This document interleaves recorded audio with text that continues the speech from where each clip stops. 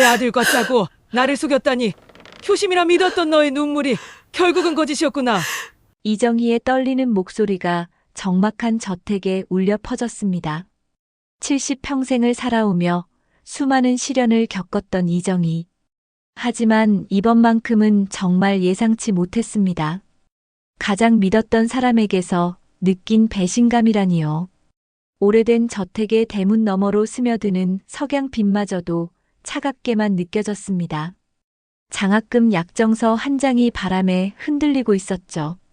그 종이 위에 적힌 진실이 모든 것을 바꿔놓을 줄은 몰랐습니다.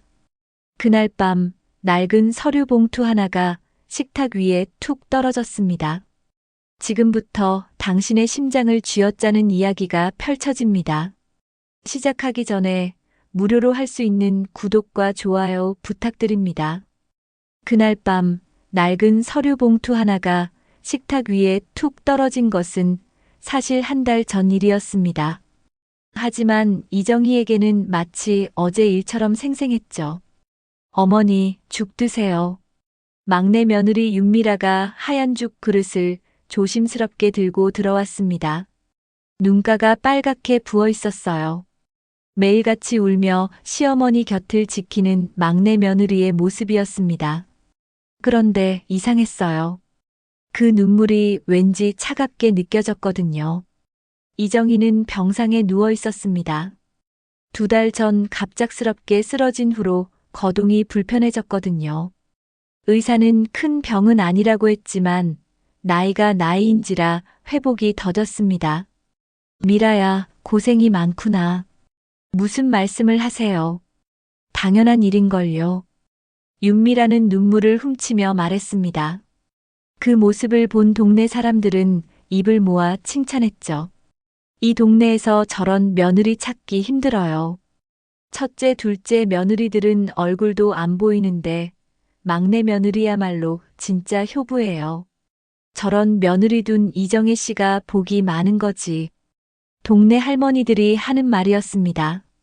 정희도 처음에는 고마웠어요. 정말로 미라가 다른 며느리들보다 더 자주 와서 돌봐주고 있었거든요. 첫째 며느리는 직장 때문에 바쁘다고 했고, 둘째 며느리는 아이들 핑계를 댔습니다. 하지만 막내 며느리 미라는 달랐어요. 새벽부터 와서 죽을 끓여주고 저녁 늦게까지 곁에 앉아 있었거든요. 어머니, 약 드실 시간이에요. 미라가 하얀 알약들을 손바닥에 올려놓았습니다. 그리고는 물 한 컵을 정희의 입가에 대줬어요. 정희가 약을 삼키는 동안 미라는 계속 눈물을 흘렸습니다. 어머니가 아프시니까 제가 너무 마음이 아파요. 빨리 나으셔야 해요. 그런데 이상했어요. 미라의 손이 미묘하게 떨리고 있었거든요. 그리고 눈물을 흘리면서도 시선은 자꾸 다른 곳을 향하고 있었습니다. 마치 무언가를 찾고 있는 것처럼요. 미라야, 무엇을 찾고 있니? 아무것도 아니에요. 그냥 정리할 게 있나 해서요. 미라는 당황한 듯 대답했습니다. 그러더니 서둘러 식탁 위를 정리하기 시작했어요. 그때 정희의 눈에 띄었습니다. 식탁 위에 놓여있던 하얀 죽 그릇이 유난히 깨끗하게 빛나고 있었어요. 돌봄의 상징처럼 보이는 그 그릇이 왜인지 정희에게는 다르게 느껴졌습니다. 너무 완벽해 보였거든요. 마치 연출된 것처럼요. 저녁이 되자 미라는 집으로 돌아갔습니다. 정희는 혼자 남겨졌죠. 조용한 방 안에서 천장을 바라보며 생각에 잠겼어요. 정말 내가 너무 의심이 많은 건가? 하지만 뭔가 석연치 않았습니다. 미라의 효심은 너무도 완벽했거든요. 마치 누군가에게 보여주기 위한 것처럼요. 밤이 깊어갔습니다. 정희는 잠들려고 했지만 쉽게 잠이 오지 않았어요. 그때였습니다. 방 밖에서 희미하게 들려오는 목소리가 있었거든요. 여보, 나 미라야. 미라의 목소리였습니다. 이상했어요. 분명 집에 돌아갔다고 했는데 아직 여기 있었나 봅니다. 정희는 조용히 귀를 기울였어요. 미라가 누군가와 전화를 하고 있는 것 같았습니다. 응, 맞아. 매일 와서 돌보고 있어. 동네 사람들도 다 알고 있고.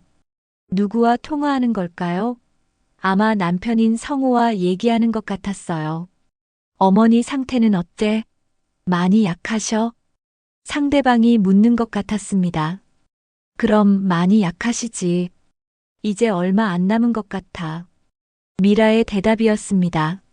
그런데 그 목소리에서 슬픔보다는 다른 감정이 느껴졌어요. 정희의 심장이 빨리 뛰기 시작했습니다. 뭔가 이상했거든요. 미라의 말투가 방금 전 자신 앞에서 하던 것과 너무 달랐어요. 그날 밤 며느리의 전화기에서 흘러나온 대화를 듣고 정희는 잠을 이룰 수 없었습니다. 미라의 목소리가 계속 귓가에 맴돌았어요. 곧 다 우리 거야. 분명히 며느리의 입에서 나온 말이었습니다. 정희는 이불을 끌어올리며 몸을 떨었어요. 설마 하는 생각이 들면서도 한편으로는 모든 퍼즐 조각들이 맞춰지는 것 같았거든요. 다음 날 아침 미라는 여느 때와 다름없이 나타났습니다. 눈가는 여전히 빨갛게 부어 있었고 손에는 따뜻한 죽 그릇을 들고 있었어요. 어머니, 잘 주무셨어요? 오늘은 좀 어떠세요? 응, 괜찮다. 정희는 짧게 대답했습니다. 미라의 얼굴을 유심히 바라봤어요. 정말 걱정스러운 표정이었습니다. 하지만 어젯밤 들었던 목소리를 생각하니 모든 것이 연기처럼 보였어요. 어머니, 죽 드세요. 새벽에 일어나서 정성껏 끓였어요. 미라가 숟가락으로 죽을 떠서 입가에 가져다 댔습니다. 정희는 순순히 받아 먹었어요. 하지만 맛이 예전 같지 않았습니다. 뭔가 어색했거든요. 미라야, 고생이 많구나. 무슨 말씀을 하세요? 당연한 일이에요. 똑같은 대화였습니다. 어제도 그제도 했던 말들이었어요. 그런데 왜인지 오늘은 모든 것이 다르게 느껴졌습니다. 점심 무렵 동네 슈퍼 아저씨가 찾아왔어요. 이정희 씨, 안녕하세요. 막내 며느리가 부탁해서 왔어요. 무슨 일로요? 며느리분이 어머니 약값 때문에 걱정이 많다고 하더라고요. 그래서 외상으로라도 필요한 건 가져다 드리겠다고 했습니다. 정희는 의아했어요. 약값은 충분히 있었거든요. 왜 미라가 그런 말을 했을까요? 아저씨, 우리 며느리가 언제 그런 얘기를 했나요? 어제 저녁이었나? 울면서 하는 얘기가 어머니 병원비며 약값이며 너무 부담된다고 하더라고요. 진짜 효녀더라고요. 요즘 같은 세상에 저런 며느리 흔하지 않죠. 슈퍼 아저씨는 감탄하며 말했습니다. 하지만 정희는 더욱 혼란스러워졌어요. 병원비며 약값이며 돈이 부족한 적이 없었거든요. 저녁이 되자 미라의 남편인 성우가 함께 왔습니다. 정희의 막내 아들이었죠. 어머니, 안녕하세요. 성우는 어색하게 인사했습니다. 평소에는 잘 오지 않던 아들이 오니까 정희는 반가웠어요. 성우야, 자주 와야지. 죄송해요, 어머니. 회사 일이 바빠서요. 성우는 미안한 표정을 지었습니다. 그런데 이상했어요. 성우와 미라가 서로 눈빛을 주고받는 것 같았거든요. 어머니, 저희가 어머니 일로 상의할 게 있어요. 미라가 조심스럽게 말을 꺼냈습니다. 무슨 일이니? 어머니 재산 정리 말이에요. 혹시 모르니까 미리미리 준비해두는 게 좋을 것 같아서요. 정희의 눈이 커졌습니다. 재산 정리라니 갑작스럽게 왜 그런 얘기를 하는 걸까요? 아직 그런 얘기 할 때가 아니지 않나? 어머니, 그게 아니라 혹시나 해서요. 요즘 어머니 상태가 좋지 않으시잖아요. 성우가 거들었습니다. 부모 자식 사이에 머뭇거리는 모습이 이상했어요. 그때였습니다. 정희는 문득 어제 본 것이 생각났어요. 미라가 식탁을 정리하면서 뭔가를 찾고 있던 모습 말입니다. 혹시 너희들 내 서류함을 뒤져봤니? 서류함요? 왜 그런 말씀을 하세요? 미라가 당황한 표정을 지었습니다. 하지만 성호는 시선을 피했어요. 아니다. 내 착각이겠지. 정희는 일단 넘어갔습니다. 하지만 마음속으로는 확신하고 있었어요. 이 둘이 뭔가 숨기고 있다는 걸요. 그날 저녁 성호와 미라는 일찍 집으로 돌아갔습니다. 정희는 혼자 남겨진 후 깊은 생각에 빠졌어요. 분명히 뭔가 이상했습니다. 미라의 과도한 효심, 성호의 어색한 태도, 그리고 어젯밤 들었던 전화 내용까지. 정희는 침대에서 일어나 서류함을 열어봤습니다. 평소에 정리해뒀던 통장과 서류들을 확인해 봤어요. 언뜻 보기에는 이상한 게 없어 보였습니다. 하지만 정희는 알고 있었어요. 뭔가 미묘하게 달라졌다는 걸요. 서류들의 순서가 바뀌어 있었고 몇 장은 살짝 구겨진 흔적이 있었거든요. 설마 정말로? 정희는 고개를 저었습니다. 자신이 너무 의심이 많은 건 아닐까 하는 생각이 들었어요. 하지만 모든 증거들은 한 방향을 가리키고 있었습니다. 다음 날 정희는 결심했습니다. 진실을 확인해 보기로요. 점심때 미라가 나간 사이 정희는 조심스럽게 집 밖으로 나섰습니다. 걸음이 불편했지만 꾹 참고 동네 부동산 사무소로 향했어요. 안녕하세요. 혹시 우리 집 등기부 등본을 누가 떼어간 적이 있나요? 아, 이정희 씨네요. 며느리분이 며칠 전에 다녀가셨어요. 어머니 부탁으로 등기부 등본이랑 시세 확인하러 왔다고 하더라고요. 부동산 사장의 말에 정희는 충격을 받았습니다. 자신은 그런 부탁을 한 적이 없었거든요. 혹시 그 사본이 남아있나요? 아, 잠깐만요. 부동산 사장이 서류철을 뒤지더니 한 장의 종이를 꺼냈습니다. 바로 정인의 집 등기부 등본 사본이었어요. 정인은 그 종이를 바라보며 절망했습니다. 이제 확실해졌어요. 미라와 성호가 자신의 재산을 노리고 있다는 게요. 집으로 돌아가는 길, 정희의 다리에 힘이 빠졌습니다. 가장 믿었던 사람들에게 배신당한다는 게 이렇게 아픈 일인지 처음 알았어요. 그 순간 누군가 몰래 정희의 방문을 열었습니다. 몰래 들어온 사람은 바로 미라였습니다. 정희가 부동산에서 돌아오는 것을 본 미라는 서둘러 방으로 들어가 뭔가를 찾고 있었어요. 어머니, 언제 나가셨어요? 미라는 당황한 표정으로 정희를 맞았습니다. 손에는 서류 몇 장을 들고 있었어요. 잠깐 바람 쐬러 나갔다 왔다. 어머니, 몸이 불편하신데 혼자 나가시면 안 되죠. 말씀해 주시면 제가 모시고 나갈 텐데요. 미라의 목소리에는 걱정이 묻어 있었습니다.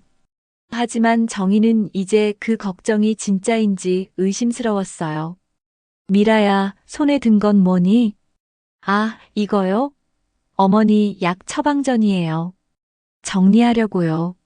미라는 서둘러 서류를 치워버렸습니다. 그 모습이 더욱 수상했어요. 그날 밤 정희는 결심했습니다. 막내 며느리 부부를 미행하기 시작한 거예요. 몸이 불편했지만 진실을 알기 위해서는 어쩔 수 없었습니다. 다음 날 오후 미라와 성호가 함께 외출하는 걸 봤습니다. 정희는 조심스럽게 뒤를 따라갔어요. 첫 번째로 들른 곳은 부동산 사무실이었습니다. 정희는 멀리서 지켜봤어요. 미라와 성호가 사장과 진지하게 얘기하고 있었습니다. 우리 집 시세가 얼마나 되나요? 성호의 목소리가 들렸습니다. 요즘 이 동네 집값이 많이 올랐어요.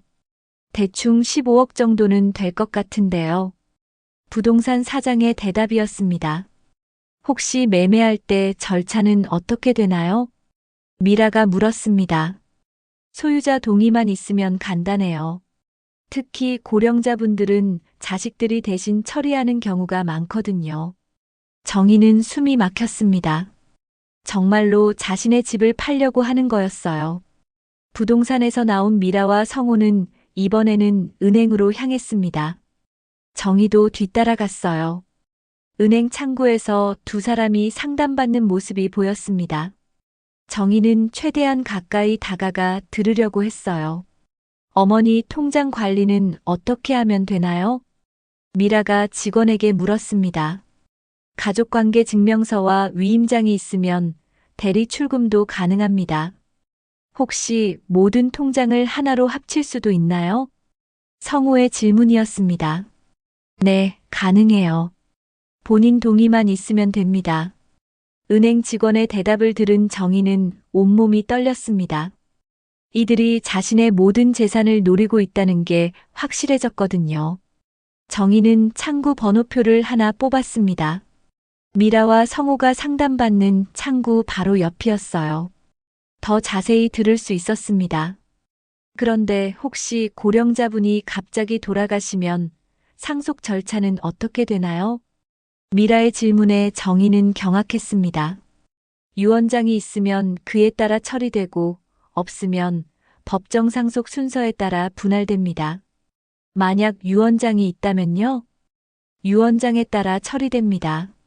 다만 유언장에 진위 확인 절차가 있어요. 은행 직원의 설명이 계속됐습니다. 정희는 모든 대화를 놓치지 않으려고 귀를 기울였어요.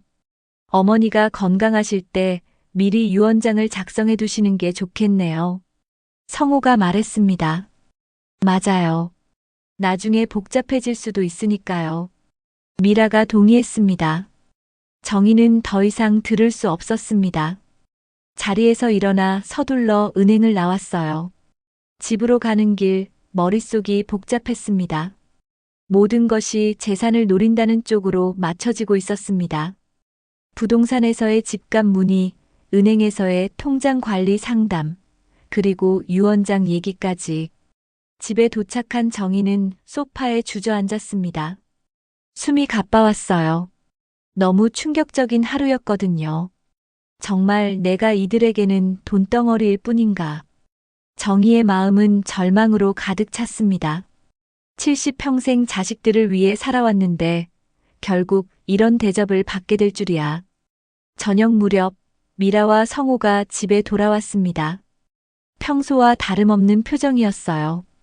어머니, 저희 늦어서 죄송해요. 병원에 다녀왔어요. 미라는 거짓말을 했습니다. 정희는 분명히 봤거든요. 이들이 부동산과 은행에 간 것을요. 병원에서 뭐라고 하던 어머니 약을 바꿔보자고 하네요. 더 좋은 약으로요. 또 거짓말이었습니다. 정희는 분노가 치밀어 올랐지만 꾹 참았어요. 그래, 고맙다. 어머니, 죽 드세요. 정성껏 끓였어요. 미라가 하얀 죽 그릇을 내밀었습니다. 예전에는 정성스럽게 보였던 그 그릇이 이제는 위선의 상징처럼 느껴졌어요. 정희는 죽을 먹으며 생각했습니다. 어떻게 해야 이들의 정체를 완전히 밝혀낼 수 있을까요? 그때 성호가 말했습니다. 어머니, 혹시 중요한 서류들은 어디에 보관하고 계세요? 왜 그러니? 혹시나 해서요. 화재나 도난 같은 일이 있을 수도 있잖아요. 성호의 말에 미라도 거들었습니다.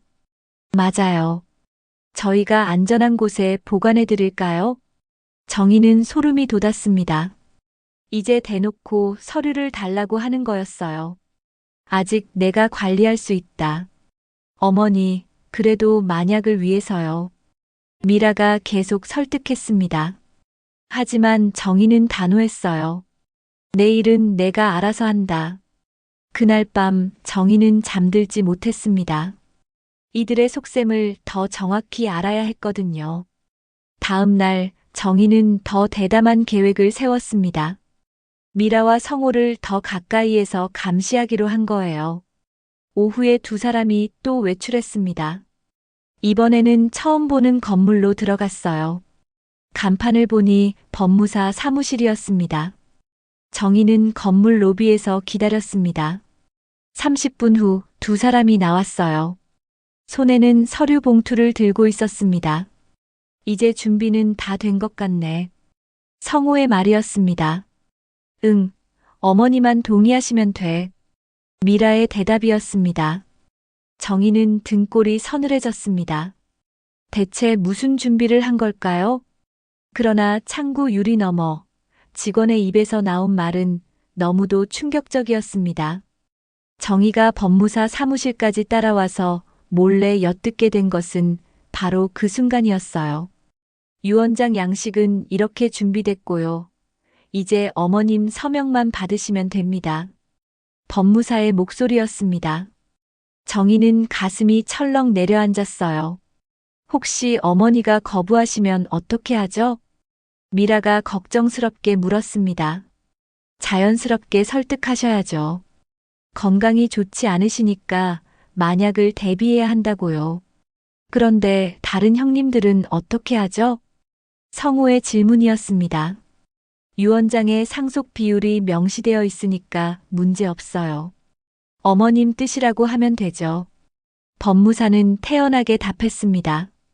정희는 온몸이 떨렸어요. 이들이 벌써 유 원장까지 준비해놨다니요. 집으로 돌아온 정희는 침대에 누워 천장을 바라봤습니다. 머릿속이 하얘졌어요. 자신이 가장 사랑했던 막내 아들과 며느리가 이런 짓을 하고 있다는 게 믿어지지 않았거든요. 저녁 무렵 미라와 성호가 평소보다 일찍 집에 왔습니다. 둘 다 묘하게 긴장한 표정이었어요. 어머니, 오늘 컨디션은 어떠세요? 미라가 조심스럽게 물었습니다. 그냥 그렇다. 정희는 쌀쌀맞게 대답했습니다. 이제 더 이상 이들의 연기를 보고 있을 수 없었거든요. 어머니, 저희가 오늘 중요한 얘기를 드리려고 해요. 성호가 말문을 열었습니다. 무슨 얘기? 어머니도 아시잖아요. 요즘 건강이 많이 안 좋으시잖아요. 미라가 눈물을 글썽이며 말했습니다. 또 그 연기가 시작됐어요. 그래서 만약을 대비해서 미리 준비해 두시는 게 좋을 것 같아요. 무슨 준비 말이냐? 정희는 알고 있으면서도 물었습니다. 유 원장 말이에요. 성호가 조심스럽게 꺼냈습니다. 드디어 본색을 드러내는 거였어요. 유 원장이라니 아직 그럴 때가 아니지 않나? 어머니, 그게 아니라 혹시나 해서요. 갑작스럽게 무슨 일이 생기면 저희도 어떻게 해야 할지 모르겠어요. 미라는 눈물을 흘리기 시작했습니다. 하지만 정희에게는 그 눈물이 가짜로만 보였어요. 어머니, 저희가 법무사 선생님께 물어봤더니 미리 작성해 두는 게 좋다고 하더라고요. 성호가 거들었습니다. 너희가 벌써 법무사한테 물어봤다고? 정희는 알고 있으면서도 놀란 척했습니다. 네, 어머니를 위해서요. 미라가 서둘러 대답했습니다. 어머니, 이 유 원장 양식 좀 보세요. 성호가 가방에서 서류를 꺼냈습니다. 바로 오늘 법무사 사무실에서 가져온 그것이었어요. 정희는 서류를 받아들었습니다. 그리고 내용을 읽어봤어요. 충격적이었습니다. 집과 모든 재산을 성호와 미라에게 물려준다는 내용이었거든요. 첫째, 둘째 아들에게는 아무것도 남기지 않는다고 되어 있었어요. 이게 뭐니? 정희의 목소리가 떨렸습니다. 어머니, 저희가 제일 많이 돌봐드렸잖아요. 형님들은 얼굴도 잘 안 보이시고요. 미라가 눈물 연기를 했습니다. 그렇다고 해서 이렇게 할 수는 없지. 어머니, 저희 마음을 알아주세요. 매일매일 어머니 곁을 지키고 있잖아요. 성호도 애원하듯 말했습니다. 정희는 서류를 보며 분노가 치밀어 올랐습니다. 이들의 효심이 모두 계산된 것이었다는 게 확실해졌거든요. 어머니, 서명만 해주시면 돼요. 미라가 펜을 내밀었습니다. 정희의 손이 떨렸습니다. 분노 때문이 아니라 배신감 때문이었어요. 가장 사랑했던 자식에게서 이런 대우를 받게 될 줄이야. 어머니, 성호가 재촉했습니다. 좀 더 생각해 보겠다. 정희는 서류를 내려놨습니다. 어머니, 뭘 더 생각하실 게 있어요? 저희가 제일 효도하고 있잖아요. 미라의 목소리에 짜증이 섞였습니다. 드디어 본성이 드러나기 시작하는 거였어요. 그래도 중요한 일인데 신중해야지. 어머니, 성호가 목소리를 높였습니다. 왜 그렇게 화를 내니? 화내는 게 아니라 저희 마음을 좀 알아주세요. 성호는 억지로 목소리를 낮췄습니다. 어머니, 정말 저희가 나쁜 마음으로 하는 게 아니에요. 어머니를 위해서예요. 미라가 다시 눈물을 흘렸습니다. 나를 위해서라고. 정희는 비웃었습니다. 네, 어머니 혼자 이런 일 처리하시기 힘드시잖아요. 내가 아직 정신이 없나? 정희의 목소리가 날카로워졌습니다. 그런 게 아니라. 미라가 당황했습니다. 그럼 뭐가? 어머니, 왜 이렇게 예민하세요? 성호가 짜증을 냈습니다. 예민하다고? 정희는 화가 났습니다. 이들이 자신을 속이고 있으면서 오히려 예민하다고 하다니요. 어머니, 그냥 서명만 해주세요. 어려운 일 아니잖아요. 미라가 다시 펜을 밀었습니다. 정희는 그 순간 모든 걸 털어놓고 싶었습니다. 자신이 이들의 정체를 다 알고 있다고 부동산과 은행, 법무사 사무실까지 따라다니며 본 것들을 다 얘기하고 싶었어요. 하지만 참았습니다. 아직 확실한 증거가 필요했거든요. 정희의 손에서 그 종이가 미묘하게 흔들리던 바로 그때 전화벨이 울렸습니다. 어머니, 전화 받으실까요? 미라가 물었습니다. 하지만 정희는 대답할 수 없었어요. 갑자기 가슴이 답답하고 숨이 가빠왔거든요. 어머니, 성호가 놀라서 달려왔습니다. 정희는 소파에서 미끄러지듯 쓰러졌어요. 어머니, 괜찮으세요? 미라가 다급하게 물었습니다. 그런데 이상했어요. 그 목소리에 진짜 걱정보다는 당황스러움이 더 많이 섞여 있었거든요. 정희는 의식을 잃었습니다. 스트레스와 충격이 한꺼번에 몰려와서 몸이 버틸 수 없었던 거예요. 119에 신고해야겠어. 성호가 말했습니다. 잠깐만, 우선 어머니 상태부터 보자. 미라가 말렸습니다. 왜 병원에 빨리 가지 않으려고 하는 걸까요? 어머니, 어머니. 성호가 정희를 흔들어 깨웠습니다. 정희는 가까스로 눈을 떴어요. 병원에 가야겠다. 정희가 힘없이 말했습니다. 어머니, 괜찮으시면 집에서 쉬세요. 제가 잘 돌봐드릴게요. 미라가 말했습니다. 하지만 정희는 자신의 상태가 심각하다는 걸 알고 있었어요. 아니다, 병원에 가야겠다. 결국 정희는 병원에 입원하게 됐습니다. 의사는 극심한 스트레스로 인한 일시적 쇼크라고 했어요. 하지만 나이를 고려하면 조심해야 한다고 했습니다. 며칠은 안정을 취하셔야 해요. 의사의 말에 미라와 성호는 묘한 표정을 지었습니다. 병원에 누워있는 동안 정희는 많은 생각을 했어요. 자신이 죽으면 정말 이들의 계획대로 될 거라는 생각이 들었거든요. 어머니, 괜찮으세요? 미라가 문병을 왔습니다. 손에는 죽 보온병을 들고 있었어요. 고맙다. 정희는 힘없이 말했습니다. 어머니, 아까 그 유언장 얘기 말인데요. 미라가 조심스럽게 꺼냈습니다. 이런 상황에서도 그 얘기를 하다니요. 지금은 그런 얘기 하고 싶지 않다. 어머니, 그래도 만약을 위해서요. 지금 어머니 상태가 좋지 않으시잖아요. 미라는 포기하지 않았습니다. 나중에 얘기하자. 정희가 고개를 돌렸습니다. 어머니, 저희가 정말 어머니를 위해서 하는 말이에요. 미라의 목소리에 약간의 짜증이 섞였습니다. 다음 날 성호도 함께 왔습니다.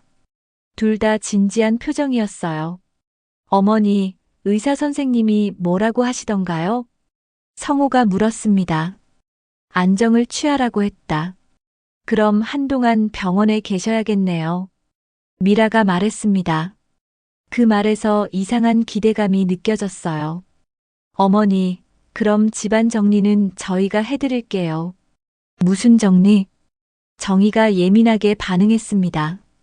어머니 안 계시는 동안 청소라도 해드리려고요. 성우가 대답했습니다. 하지만 정희는 다른 의도가 있다는 걸 알 수 있었어요. 건드리지 마라. 어머니, 저희가 나쁜 마음으로 하는 게 아니에요. 미라가 억울한 듯 말했습니다. 그냥 내일은 내가 알아서 한다. 정희는 단호했습니다.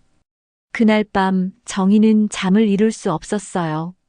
병실 창문으로 들어오는 달빛이 차가웠습니다. 이대로 죽으면 정말 이들 뜻대로 될 텐데. 정희는 절망스러웠습니다. 자신이 평생 모은 재산이 거짓된 효심을 보인 이들에게 넘어간다는 게 견딜 수 없었거든요. 다음 날 아침 간호사가 와서 말했습니다. 어머님, 며느님이 재산 관련 서류를 정리하려고 하시는데 도장이 필요하다고 하네요. 도장? 정희는 깜짝 놀랐습니다.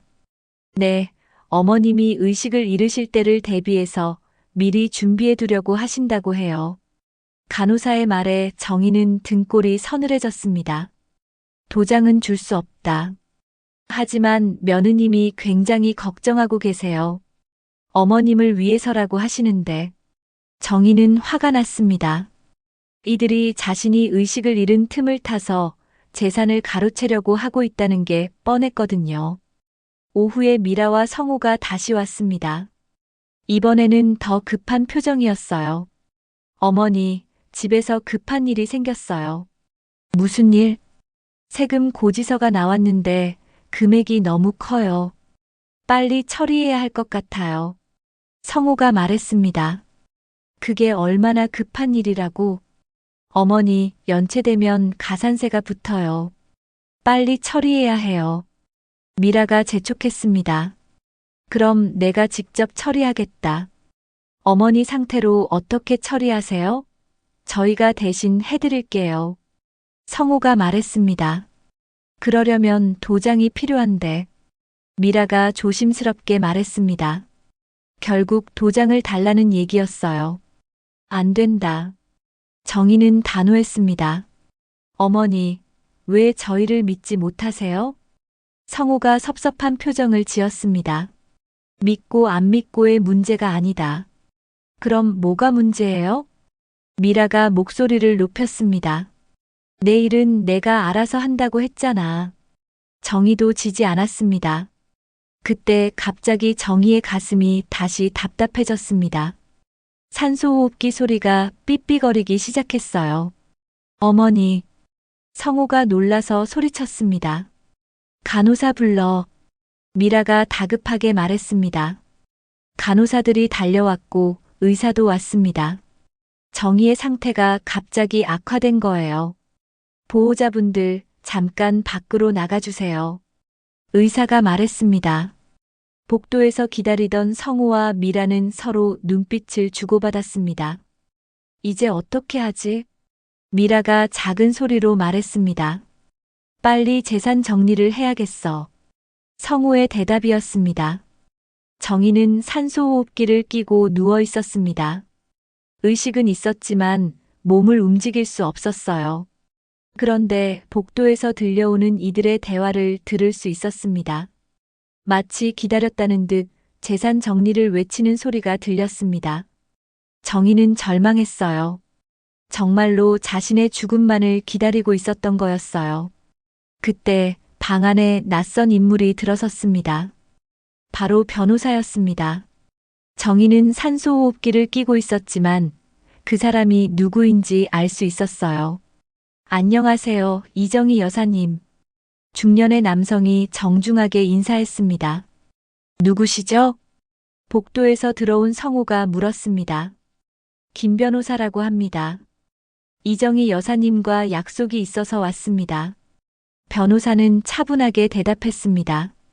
저희 어머니가 언제 변호사와 약속을 하셨다고요?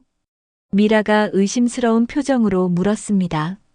석 달 전에 찾아오셔서 중요한 일을 부탁하셨어요. 김 변호사는 서류 가방을 열었습니다. 정희는 기억났어요. 몸이 아프기 시작했을 때 혹시나 해서 변호사 사무실을 찾아갔었거든요.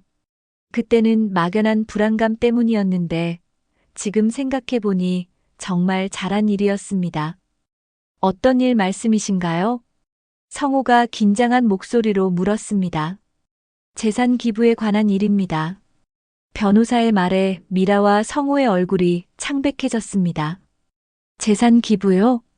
네, 이정희 여사님께서 모든 재산을 장학재단에 기부하기로 결정하셨어요. 김 변호사는 서류를 꺼냈습니다. 그게 무슨 말씀이세요? 미라가 당황해서 말을 더듬었습니다. 이미 몇 달 전에 모든 절차가 완료됐습니다. 오늘은 여사님께 최종 결과를 보고하러 온 거예요. 변호사는 차근차근 설명했습니다. 정희는 그때 기억났어요. 막내 며느리의 행동이 수상하다고 느꼈을 때 만약을 대비해서 변호사를 찾아갔었거든요. 그리고 자신의 재산을 어려운 학생들을 위한 장학재단에 기부하기로 결정했었습니다. 어머니, 정말이세요? 성호가 믿을 수 없다는 표정으로 물었습니다. 정희는 고개를 끄덕였습니다. 비록 산소호흡기를 끼고 있었지만 의사표현은 할 수 있었어요. 어머니, 왜 저희한테 말씀 안 하셨어요? 미라의 목소리가 떨렸습니다. 김 변호사가 서류를 펼쳤습니다. 집과 모든 예금, 그리고 기타 재산 총 17억 원이 이정의 장학재단으로 이관됐습니다. 17억이요? 성호가 입을 벌렸습니다. 네, 부동산 가격 상승으로 평가액이 많이 올랐거든요. 변호사의 설명에 미라는 주저앉을 뻔했어요. 그럼 저희는? 여사님께서 각 자녀분들께는 생활비 정도의 금액만 남겨두셨어요. 하지만 대부분의 재산은 장학재단으로 갔습니다. 김 변호사는 냉정하게 말했습니다. 어머니, 이게 정말이에요? 성호가 다급하게 물었습니다. 정희는 다시 고개를 끄덕였습니다. 그리고는 힘을 내서 산소호흡기를 잠깐 벗고 말했어요. 너희들이 진심을 시험해보고 싶었다. 어머니, 미라의 눈에서 눈물이 흘렀습니다. 하지만 이번에는 진짜 눈물이었어요. 진짜 효심이라면 재산이 없어도 날 돌봤을 텐데. 정희의 목소리는 약했지만 또렷했습니다. 어머니, 저희가 언제 재산 때문에 돌본다고 했어요?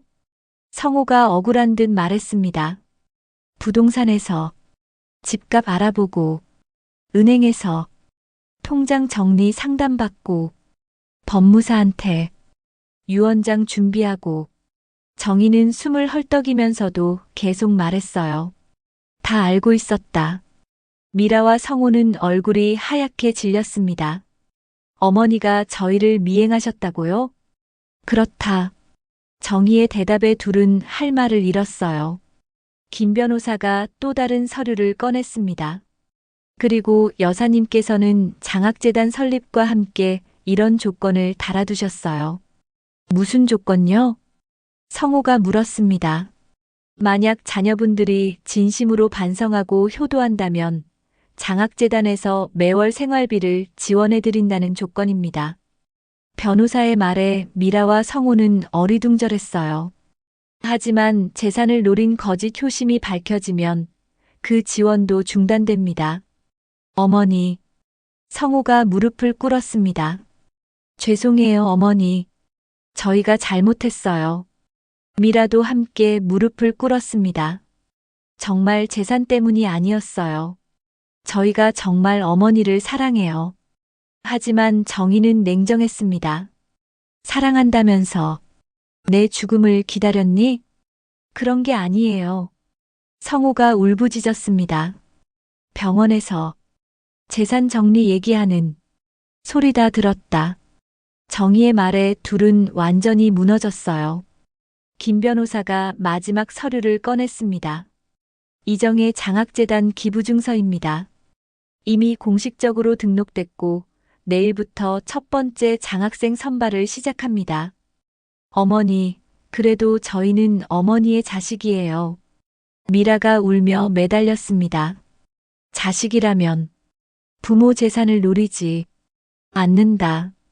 정희는 단호했습니다. 어머니, 정말 죄송해요. 다시 기회를 주세요. 성호가 애원했습니다. 기회는 이미 줬다. 너희가 버린 거다. 정희의 말에 둘은 절망했어요. 김 변호사가 일어서며 말했습니다. 그럼 제 할 일은 끝났네요. 장학재단은 내일부터 정식으로 운영됩니다. 잠깐만요. 미라가 변호사를 잡았습니다. 이 결정을 번복할 수는 없나요? 이미 법적으로 완료된 절차입니다. 번복할 수 없어요. 변호사는 단호하게 대답했습니다. 그때 정희가 힘을 내서 말했어요. 거짓된 효심엔 한 푼도 줄 수 없다. 막내 며느리의 얼굴에서 가면이 완전히 벗겨졌습니다. 막내 며느리의 얼굴에서 가면이 완전히 벗겨진 그 순간 미라는 더 이상 연기를 할 수 없었습니다. 어머니, 정말 너무하세요. 미라의 목소리가 완전히 바뀌었어요. 평소에 애교 섞인 말투는 온데간데 없고 차갑고 날카로운 본 모습이 드러났습니다. 우리가 얼마나 고생했는데요. 매일 와서 죽 끓이고 빨래하고 청소하고 성호도 마찬가지였어요. 어머니, 형들은 손가락 하나 까딱 안 하면서 저희만 고생했어요. 그래서 대가를 받으려고 했니? 정희는 산소호흡기를 벗고 말했습니다. 목소리는 약했지만 눈빛은 날카로웠어요. 대가요? 당연한 거 아니에요? 미라가 대놓고 말했습니다. 우리가 돌봐드렸으니까 재산 받을 권리가 있는 거죠. 권리라고? 정희는 씁쓸하게 웃었습니다. 효도는 권리를 위해 하는 게 아니다. 그런 말씀 마세요. 요즘 세상에 공짜로 효도하는 사람이 어디 있어요? 미라의 본성이 완전히 드러났습니다. 우리도 살아야 하고 아이들도 키워야 하고 돈이 얼마나 많이 드는데요. 성호도 거들었습니다. 어머니 돈이면 우리가 써야죠. 남한테 줄 돈이 어디 있어요? 정희는 이들의 모습을 보며 마음이 아팠습니다. 이게 정말 자신이 기른 아들이고 며느리인가 싶었어요. 너희들은 처음부터 내 돈만 노렸구나. 그럼 어쩌라고요? 어머니가 돈이 많은데 우리가 가난하게 살라고요? 미라가 소리쳤습니다. 다른 형님들은 벌써 잘 살고 있잖아요. 우리만 손해보는 거예요. 손해? 정희의 눈에 눈물이 고였습니다. 부모를 돌보는 게 손해니? 솔직히 말하면 그렇죠. 성호가 대답했습니다. 어머니 때문에 우리가 얼마나 많은 걸 포기했는데요. 무엇을 포기했다는 거니? 시간이요. 돈이요. 자유요. 미라가 울부짖었습니다. 친구들은 다 놀러 다니는데 우리는 어머니 돌본다고 집에만 있었어요. 정희는 이들의 말을 들으며 절망했습니다. 자신이 평생 사랑했던 사람들이 이런 마음으로 자신을 돌봤다니요. 그렇게 싫었으면 오지 말았으면 됐잖아. 그럼 다른 형님들한테 재산 다 넘어가죠. 성호의 대답에 정희는 모든 걸 이해했습니다. 결국 돈 때문이었구나. 당연하죠. 17억이에요, 17억. 미라가 소리쳤습니다. 그 돈이면 우리 평생 놀고 먹을 수 있어요. 평생 놀고 먹을? 정희는 기가 막혔어요. 내가 평생 고생해서 모은 돈으로 너희가 놀고 먹겠다고? 어머니가 혼자 다 쓸 수도 없잖아요. 성호가 억지를 부렸습니다. 어차피 죽으면 우리 것 되는 거 미리 주시면 안 되나요? 죽으면 너희 것이라고? 정희의 목소리가 떨렸습니다. 그럼 당연히 자식들 것이죠. 미라가 당연하다는 듯 말했습니다. 법적으로도 우리가 상속받는 거예요. 하지만 난 이미 기부했다. 정희는 단호하게 말했습니다. 그게 말이 되나요? 자식들 재산을 남한테 줘버리고 성호가 화를 냈습니다.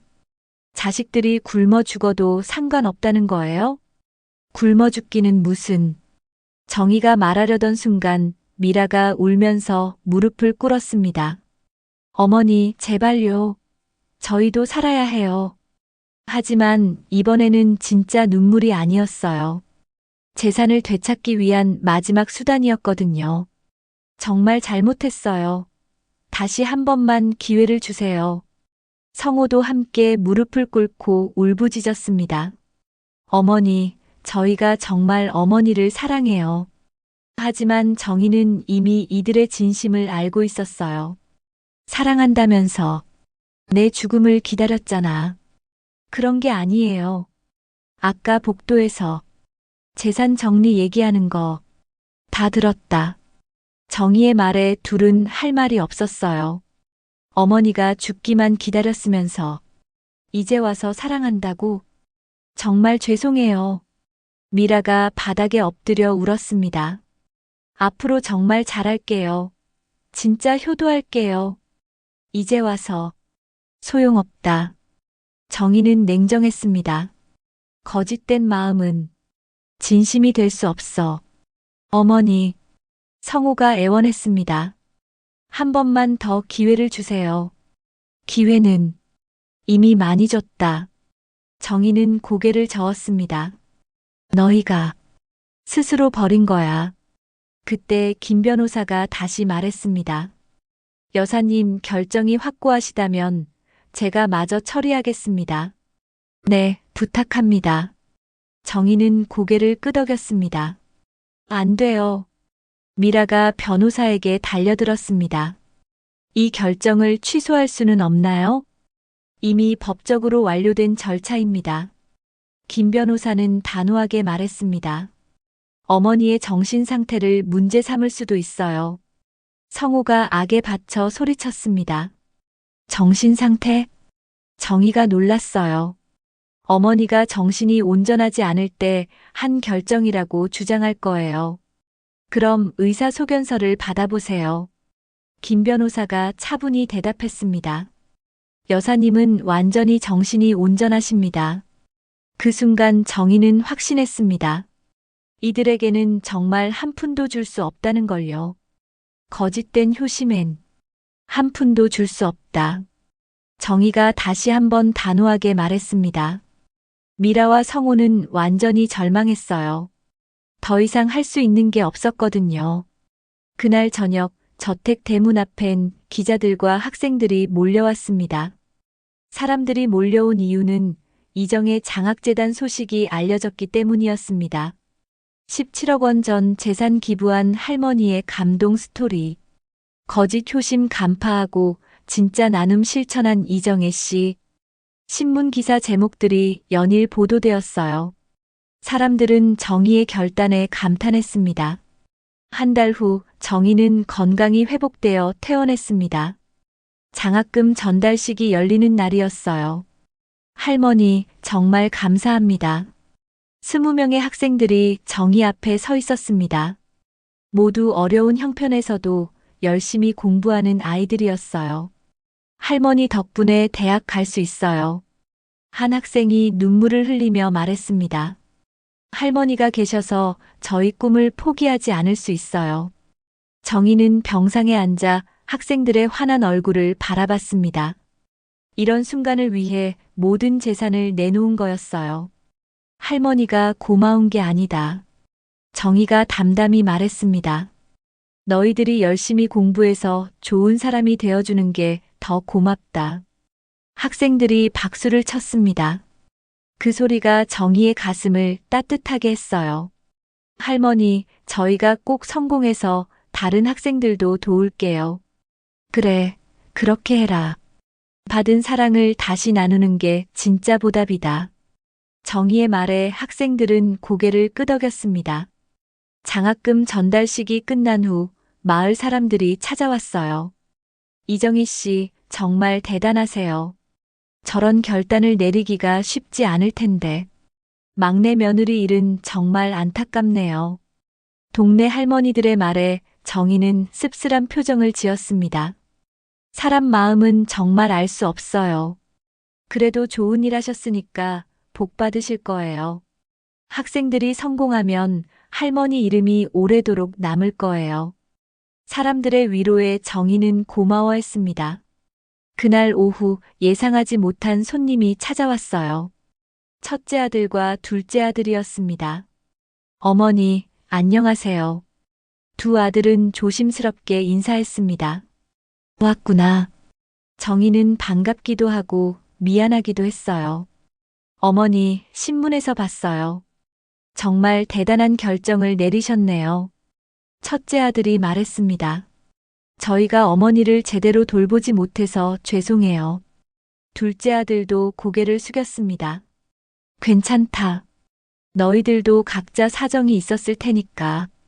정희는 이해한다는 표정을 지었어요. 어머니, 성호하고 미라는 어떻게 지내고 있어요? 첫째 아들이 물었습니다. 모르겠다. 그 이후로 얼굴을 보지 못했어.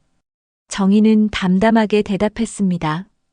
실제로 미라와 성호는 그날 이후 한 번도 나타나지 않았어요. 아마 너무 창피해서 못 오는 것 같았습니다. 어머니, 저희라도 자주 찾아뵐게요. 그래, 하지만 의무감 때문에 오지는 마라. 정희의 말에 두 아들은 고개를 끄덕였습니다. 어머니, 정말 존경해요. 쉽지 않은 결정이었을 텐데. 존경받을 일은 아니다. 당연한 일을 한 것뿐이야. 정희는 겸손하게 말했습니다. 저녁 무렵 정희는 혼자 앉아 창밖을 바라봤어요. 저택 대문은 닫혀 있었지만 장학생들이 가져다 준 꽃다발이 문 앞에 놓여 있었습니다. 내가 한 일이 옳았을까? 정희는 잠시 자문해 봤습니다. 막내 아들과 며느리에게 너무 냉정했던 건 아닌지, 다시 기회를 줬어야 하는 건 아닌지 생각해 봤어요. 하지만 곧 고개를 저었습니다. 아니야. 거짓된 마음에 상을 줄 수는 없어. 정희는 확신했습니다. 진짜 효심이라면 재산이 있든 없든 부모를 돌봤을 거라고요. 하지만 미라와 성호는 처음부터 돈만 노렸던 거였어요. 그때 전화벨이 울렸습니다. 여보세요? 할머니, 저예요. 장학생 김민수예요. 오늘 장학금을 받은 학생 중 하나였어요. 그래, 민수야. 무슨 일이니? 할머니, 정말 감사해서 전화드렸어요. 할머니 덕분에 제 꿈을 포기하지 않을 수 있어요. 고맙다는 말 하지 마라. 너희들이 열심히 하는 게 더 고맙다. 할머니, 저희들 다 약속했어요. 나중에 성공하면 할머니처럼 다른 사람들 도울 거라고요. 민수의 말에 정희는 마음이 따뜻해졌어요. 그래, 그렇게 해라. 받은 걸 다시 나누는 게 진짜 보답이다. 네, 꼭 그렇게 할게요. 민수의 밝은 목소리에 정희는 웃었습니다. 전화를 끊고 나서 정희는 자신의 결정이 옳았다고 다시 한번 확신했어요. 식탁 위에는 하얀 죽 그릇이 하나 놓여 있었습니다. 이제는 정희가 직접 끓인 죽이었어요. 처음에는 위선의 상징처럼 보였던 그 그릇이 이제는 진짜 나눔의 상징으로 바뀌어 있었습니다. 정희는 그 죽을 먹으며 생각했어요. 진심은 언젠가 반드시 드러나는구나. 거짓된 효심은 결국 드러날 수밖에 없었고 진짜 사랑도 결국 빛을 발하게 마련이었어요. 밤이 깊어갔습니다. 정희는 평온한 마음으로 잠자리에 들었어요. 내일부터 또 다른 장학생들을 만날 예정이었거든요. 하지만 그 와중에 또 다른 편지가 도착했습니다. 그건 바로 미라와 성호로부터였습니다. 편지에는 진심 어린 사과와 반성의 글이 적혀 있었어요. 하지만 정희는 그 편지를 읽고 나서 조용히 접어서 서랍에 넣었습니다. 진심은 편지로 전해지는 게 아니라 행동으로 보여지는 거라고 생각했거든요. 정희는 고개를 들어 창밖을 바라보며 말했습니다. 거짓된 마음은 오래가지 못합니다. 진심만이 세월을 견뎌내죠. 여러분의 삶에도 진심이 빛나길 바랍니다. 저택 대문은 닫혀 있었지만 장학생들을 위한 길은 활짝 열려 있었어요. 그리고 그 길 위로 희망찬 미래가 펼쳐져 있었습니다. 구독 버튼을 누르면 재물이 쌓이고 건강해지는 복이 찾아옵니다. 또 오늘 들으신 이 가슴 뻥 뚫리는 이야기를 친구나 가족과 공유해 보세요. 오늘 하루가 훨씬 유쾌해질 거예요.